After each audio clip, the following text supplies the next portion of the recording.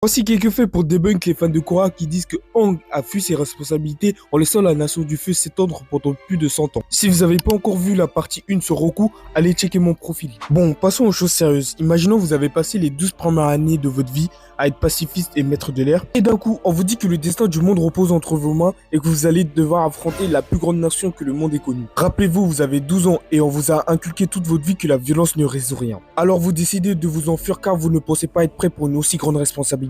Mais malheureusement, à cause d'une tempête, vous allez vous retrouver enfermé dans la glace pendant plus de 100 ans. Et peu après votre fuite, la Nation du Feu a attaqué les nomades de l'air et les a tous exterminés. Mais quand on y repense, s'enfuir était l'une des meilleures décisions que Aang ait pu faire de sa vie. Car s'il serait resté, il allait se faire exterminer avec tous les autres nomades de l'air. Et ce qui aurait fait que la maîtrise de l'air aurait finalement disparu du monde. Sans oublier que la Nation du Feu avait anticipé la prochaine réincarnation de l'Avatar et a commencé à décimer les maîtres de l'eau de la tribu du Sud, laissant seulement Katara comme dernière. Donc si on réfléchit, si Aang serait resté, il serait mort et toutes ses prochaines réincarnations seraient mortes aussi. Car la Nation du Feu aurait anticipé chaque cycle de l'Avatar et l'aurait tué avant qu'il puisse apprendre toute autre maîtrise. Donc en fuyant, Aang a sauvé la maîtrise de l'air, les prochains cycles de l'Avatar, mais aussi l'équilibre du monde.